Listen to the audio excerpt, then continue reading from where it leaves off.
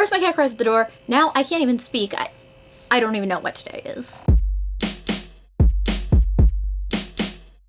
We've all heard about it, right? The I went to bed ugly so that I can wake up pretty. The high maintenance things that I do to be low maintenance. We've all heard of it. The thing that you may not think about is the actual cost of that. People want so badly to look just effortless, but the amount of effort that goes into looking effortless is never talked about. Think about it. Honestly, think back. It's always been a thing. Men saying, take a girl swimming on a first date. Men saying, I like a girl that doesn't wear makeup, when the girl that he likes has a full face every single day and he just doesn't realize it. Makeup started as a way for women to express themselves. And then we tried to hide everything that made us us. And now I'm glad that we want to look like ourselves again, but we don't acknowledge how much work goes into looking like we're not wearing makeup. It's trending. The glowy skin, the neutrals, the pop of blush is still trending. I'm glad that's still going. It's very much more natural than trends have been in the past. I mean, think about 2016 eyebrows versus now eyebrows. The goal is to look like you're not wearing makeup, but think about how much makeup goes into it. There's your skin prep, which I don't even want to think about how many steps your skincare routine is. There's primer, there's concealer, there's skin tint, there's bronzer, there's blush, there's potentially a nude eyeshadow, brows, mascara, lips. It's a full routine. It's not zero effort. It's a lot of effort. A lot of effort for very little payoff. Gone are all the fun, bright colors. Gone is expressing yourself. In is being insecure and seeing everything that makes you different as a flaw. So you need to cover it to look natural. It's still time and effort getting ready in the morning. If you don't have that time, if you don't want to put that effort in, that's when we go into high maintenance things I do to be low maintenance. Or I went to bed ugly so I can wake up pretty. I'm not going to lie. I have always been a high maintenance to be low maintenance girl. That's actually kind of why I changed my hair too. But let's look at the high maintenance things. We have a skincare routine that takes an hour and a half. Hair treatments, which great. Yes, I think those are great. But then lash lifts and tints, brow laminations, or even if you're like me, dyeing your brows, getting your nails done or doing them yourself, self-tanning, all of these things that people do once a week so they can be low maintenance the rest of the week. I'm not gonna lie, a few years ago, I got my eyebrows microbladed because I'm like, great, I won't need to do them anymore. Yeah, no, I still need to do my brows all the time. And the microblading has faded by now. I still go and get facials and dermaplaning, and yeah, I get lash lifts and tints, but that's because my esthetician is one of my best friends. If I was not best friends with an esthetician, I would not be getting that. Not to mention the filler that people get. They do all of this so that they can wake up looking done, ready, effortless, but it's not effortless. It's a lot of time and a lot of effort going into it. The uglier you look when you go to bed, the prettier you'll look when you wake up. I hear that all the time. Your hair in some type of crazy contraption that you're using to do heatless curls, which I do approve of heatless curls. I have no issues with that. Some type of mask on your face, mouth tape, even self-tanner to bed. It's sort of a joke at this point that you need to go to bed looking ugly so you'll wake up looking pretty. But I mean, really think about it for a minute. How much time and effort does it take at night before you go to bed to do this? Does it cancel out just getting ready in the morning? You're not spending time getting ready, you're just spending time getting ready at a different time of day. And I think that that's what bothers me the most about this. It's not the effort that people put in, but it's the illusion. It's the idea that we didn't try. It's the idea that we're not wearing anything on our face, or that we didn't actually do anything to our hair, that this is just us naturally. It's the beauty standards that call for that. Genuinely, because of this effortless beauty trend, we're expected to just look like this when we wake up.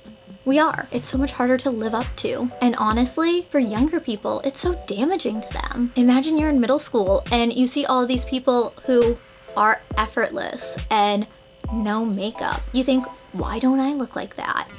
What's wrong with me? Nothing. These people have spent hours getting ready. They just don't tell you that. At least with full glam, you knew what the person was doing. You knew that they were wearing makeup. Now, it's becoming harder and harder to distinguish if someone's wearing makeup or if that's just how they look. And while people with a fully developed brain may understand that, middle schoolers don't. High schoolers don't. They see someone that they think isn't wearing any makeup and they get insecure. It's not just teenagers though. Adults do get self-conscious as well. Adults do compare themselves to other people. Everyone does. It's part of being human. It's more and more pressure put on us. But the difference is that we understand. We know these people spent so much time and for most of them, so much money to look the way that they do, that it's not natural. This is no shade to anyone that's gotten any of that done. I've gotten procedures done. I've gotten things done. I've been very upfront about it. I think that if you can afford it and it makes you feel better about yourself, absolutely. Just don't lie about it. That is my big thing. Do whatever makes you happy. Just don't lie. These effortless looks cost a lot of money and take up a lot of time. You don't even want to know how much it cost to get my eyebrows microbladed when I did, okay? There's nothing wrong with the aesthetic. There's nothing wrong with wanting to look like yourself.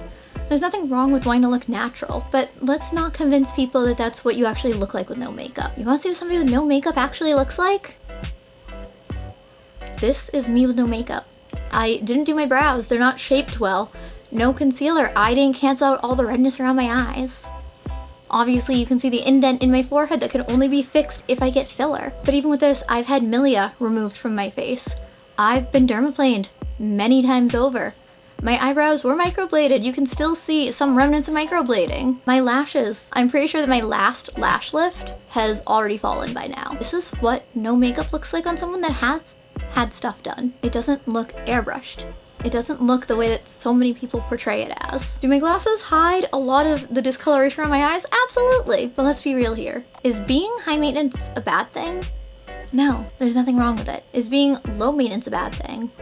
No, there's nothing wrong with it. Is being high maintenance to be low maintenance a bad thing?